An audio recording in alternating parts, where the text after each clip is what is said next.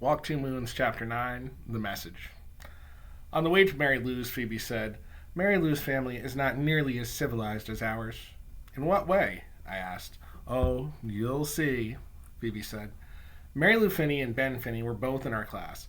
At first, I thought they were sister and brother, but Phoebe told me they were cousins and that Ben was living with Mary Lou's family temporarily. Apparently, there was always at least one stray relative living at the Finneys temporarily. It was complete pandemonium at the Finneys. Mary Lou had an older sister and three brothers. In addition, there were her parents and Ben. There were footballs and basketballs lying all over the place, and boys sliding down the banister and leaping over tables and talking with their mouths full and interrupting everyone with endless questions. Phoebe took one look around and whispered to me, Mary Lou's parents do not seem to have much control over things. Phoebe could sound a bit prissy sometimes. Mr. Finney was lying in the bathtub with all of his clothes on, reading a book. From Mary Lou's bedroom window, I saw Mrs. Finney lying on top of the garage with a pillow under her head. What's she doing? I asked. Mary Lou peered out the window. A king of kings, she's taking a nap. When Mr. Finney came out of the bathtub, he went down in the backyard and tossed a football around with Dennis and Dougie, two of Mary Lou's brothers.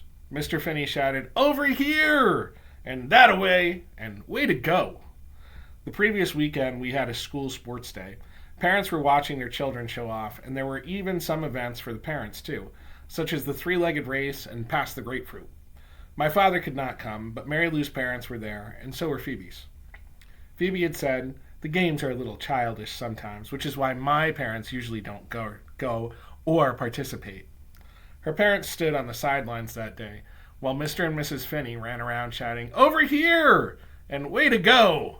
In the three-legged race, the Finneys kept falling over. Phoebe said, I wonder if Mary Lou is embarrassed because of the way her parents are acting.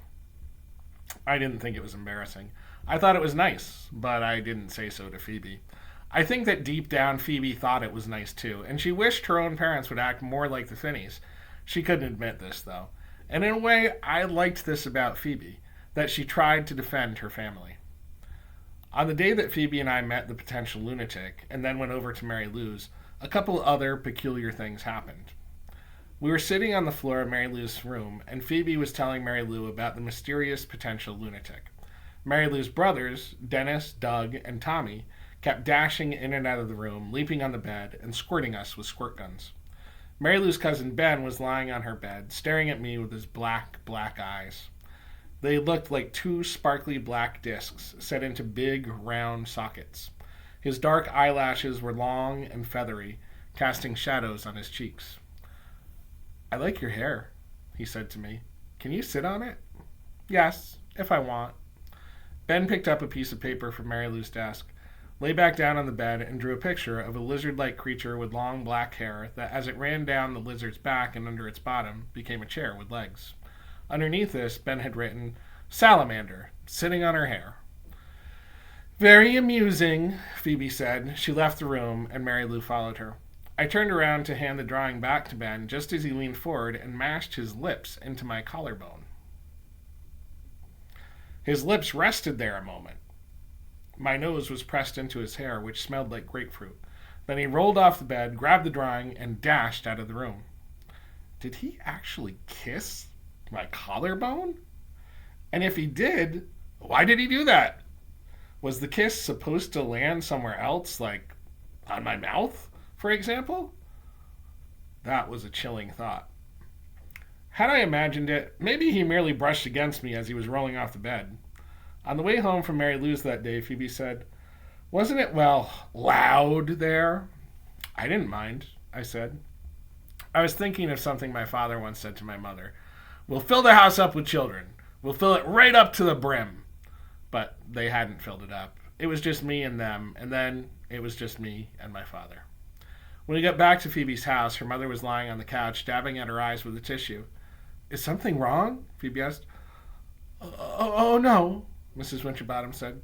Nothing's wrong. Then Phoebe told her mother about the potential lunatic who had come to the house earlier.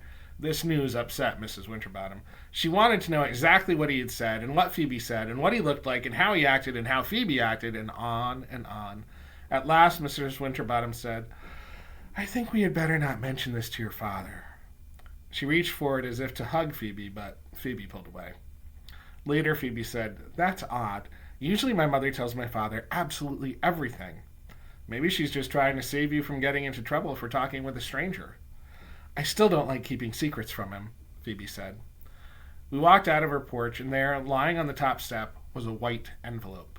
There was no name or anything on the outside. I thought it was one of those advertisements for painting your house or cleaning your carpets. Phoebe opened it. "Gosh," she said. Inside was a small piece of blue paper, and on it was printed this message: "Don't judge a man until you've walked 2 moons in his moccasins."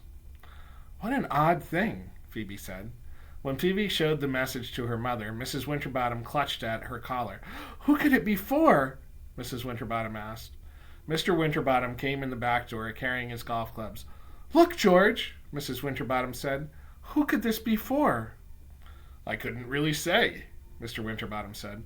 "But, George, why would someone send us that message?" "I couldn't say, Norma. Maybe it isn't for us." "Not for us," Mrs. Winterbottom said. "But it was on our steps." "Really, Norma, it could be for anyone. Maybe it's for Prudence or Phoebe." "Phoebe," Mrs. Winterbottom said, "is it for you?" "For me?" Phoebe said. "I don't think so." "Well, who is it for?" Mrs. Winterbottom said. She was awfully worried. I believe she thought it came from the potential lunatic.